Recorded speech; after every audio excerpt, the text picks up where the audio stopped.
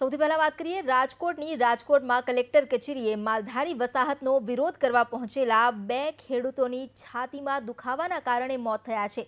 Collector કચેરીએ માલધારી વસાહતના 5 ગામના લોકો વહેલી સવારથી વિરોધ નોંધાવી રહ્યા છે। આ વિરોધમાં મહિલાઓ પણ જોડાઈ છે, પરંતુ સમાચાર સામે આવી રહ્યા છે કે વિરોધ પ્રદર્શન દરમિયાન 2 ખેડૂતોના મોત નિપજ્યા છે।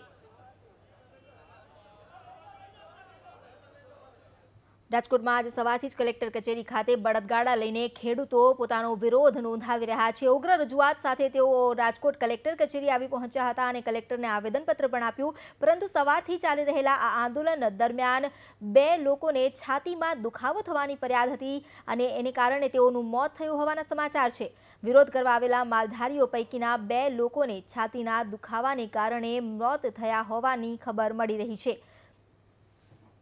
5 ગામના માલધારીઓ રાજકોટ કલેક્ટર કચેરીએ પહોંચ્યા હતા વિરોધ કરવા માટે, જ્યાં વિરોધ દરમિયાન આ ઘટના બની।